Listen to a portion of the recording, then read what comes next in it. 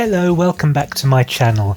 If you're new around here, my name's Kit, and this is my world. And today I'm doing another tag, because tags seem to be my thing lately. I hope you don't mind. Let's get things started. I'm doing the A to J tag. There are more letters coming up, but this is just the first part. It's the A to J tag, and it was originally created by Jim at Jim's Books, Reading and Stuff, and I was tagged by Beating Around the Books. Beating Around the Books is a relatively new channel, and she's brilliant. She's got an incredibly calming voice and just a calm and peaceful demeanour, and she sits and talks about books intelligently, articulately, with interest, and with a certain je ne sais quoi. I spoke French. Who knew? I have hidden talents. Speaking of my hidden talents, there's one talent which sadly is not hidden, and that's the fact that the leprosy that had previously afflicted my eyeball and caused me to nearly die in front of the camera has come back, but this time in the form of a giant, pustulating, throbbing zit. You can't miss it, it's right on the end of my nose, and I just thought I'd get it out there so that no one felt embarrassed or uncomfortable about the fact that Kit's got a giant zit on his nose. Let's move past the zit, and we'll start the tag, shall we? Question number 1. A is for author. Which author have you read the most books by? There are two answers to this.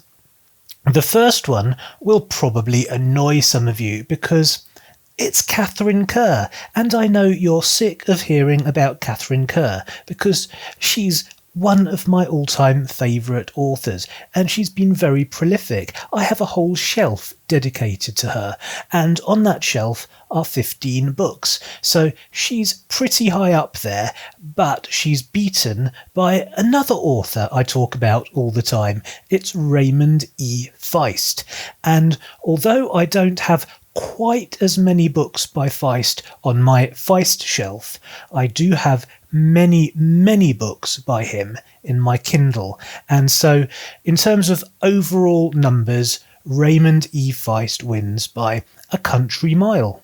Question number 2. B is for Black History Month. What are you reading for Black History Month? I'm not, is the simple answer. I don't read to participate in events, and I can't anyway. I'm a mood reader. I've discussed this many times before. I read for fun. I read the books that jump into my brain and scream, "Read me," and provide me with a magic voice that tells me when we're in. I get excited by books. I get completely immersed in them. It's all about the thrill of the content. It's not about the colour of the character's skin or their sexuality or either of those things in regard to the author.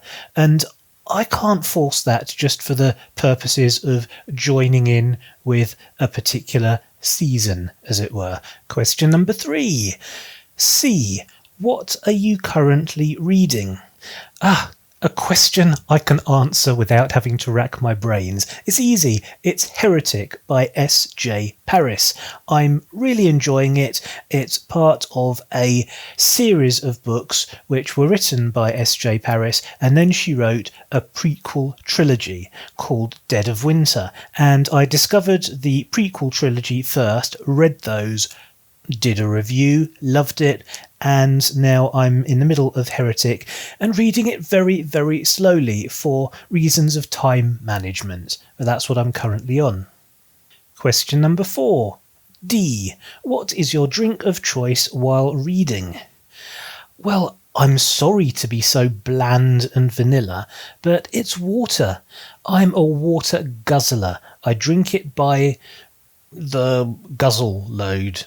Lots of water goes in my mouth and down my gullet. Question number 5. Ebook or physical? Well, it's Kindle, of course. I am a Kindle man through and through. I'm a Kindle convert. I've always loved books, real books, physical books. I used to love the smell. I used to flick through the pages and get all that wafty goodness. I used to hang out in second-hand bookshops and try and find rare and interesting gems. I was a book addict. I was a proper bookish person in the days long before I knew that BookTube existed, but now I've converted to the Kindle, mainly for reasons of blindness and convenience, and also because I'm a neat freak and it's much easier to keep my place tidy with fewer books, because I can have all of them in my Kindle and it still only takes up the same little corner of my desk. Question number 6. F. Favourite fictitious character?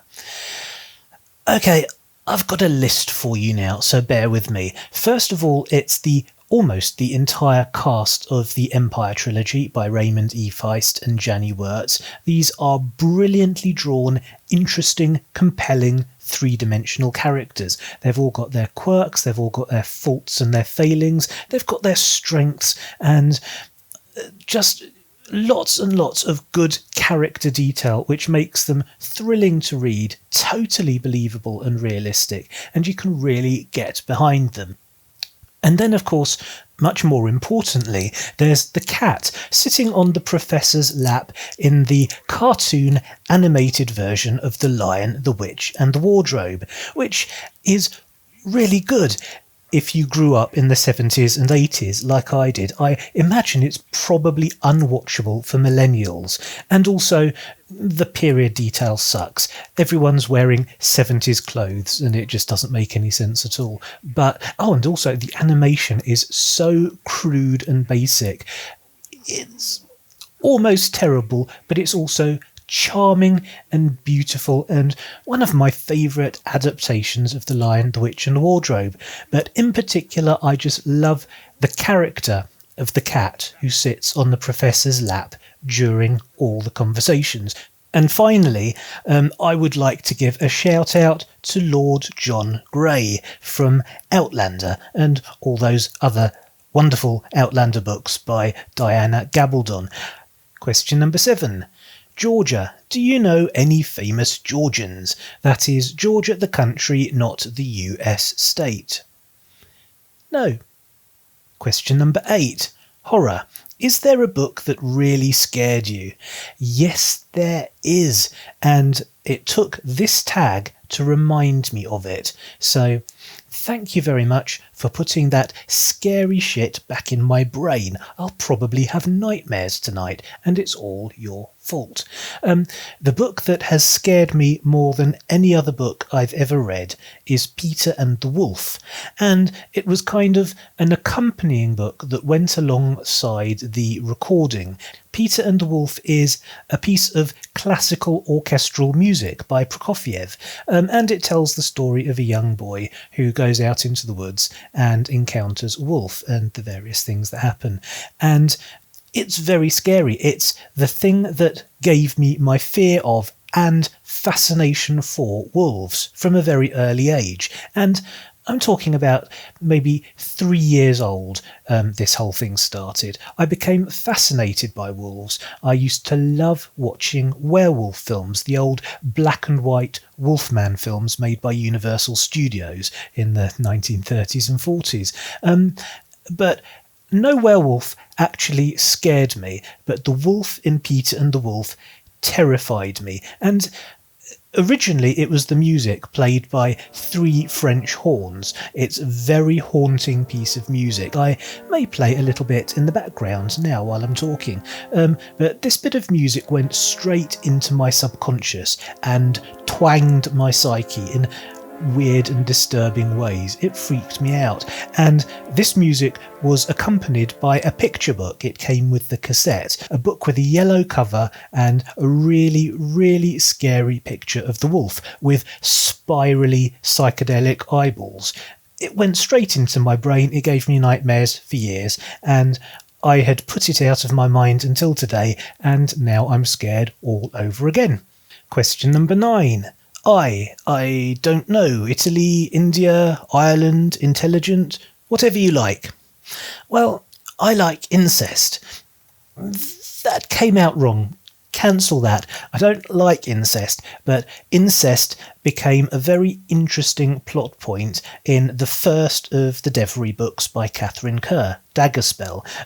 There's an incestuous relationship between a brother and a sister early on in that book and early on in the history that gets covered by the rest of the books. And this incestuous relationship, in a way, triggers the series of events that follow. It's the catalyst for the whole series of books, and it's brilliantly written.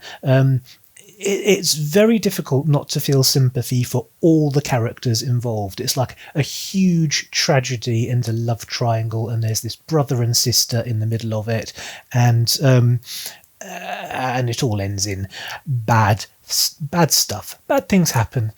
I'm trying not to spoil it in case I encourage anyone to read this book. If you're going to read it, start at the beginning with Daggerspell and then work your way through the whole series. It's just brilliant writing. But yes, so for question number 9, I'm saying Incest. Question number 10. What book have you just finished? Well, I mentioned it earlier on. It's 3 books, and it's The Dead of Winter by S.J. Paris. And this is the prequel trilogy, which then leads you into the Giovanni Bruno books. I think that's his name, Giovanni Bruni, or Bruno. It's got all sorts of interesting early spycraft, which I'm finding very exciting. So I'm living in S.J. Paris land at the moment, and a very dirty, smelly and dangerous place it is. So that was the A to J tag, and I hope I've done it justice. And who knows, I may do all the other letters as well. Letters seem to be my thing this month, so look out for me doing the rest of the letters tag, but for now I shall bid you a very fond farewell.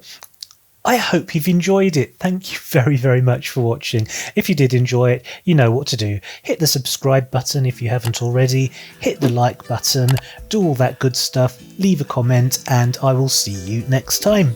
See you later.